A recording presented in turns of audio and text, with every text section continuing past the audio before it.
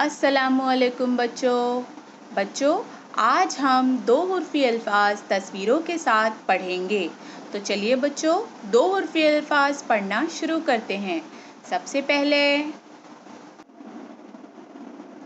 अलिफ मद आ गाफ आग। अलिफ मद आ मीम आम। अलिफ मद आ ठ आठ। दाल वाव दो। दाल नून दिन। दाल लाम दिल। दाल रे दर। दाल फे दफ। दाल सीन दस। रे थ रथ।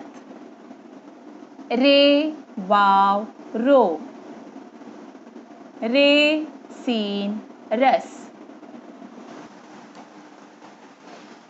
तो बच्चों, देखा आपने, दो उर्फ़ी अल्फाज और उनकी तस्वीरों के नाम इस तरह से पढ़ते हैं और आप सब बच्चे भी इसी तरह से पढ़ेंगे।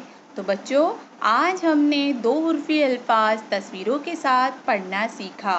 ओके बच्चों, अल्लाह हाफ़िज़।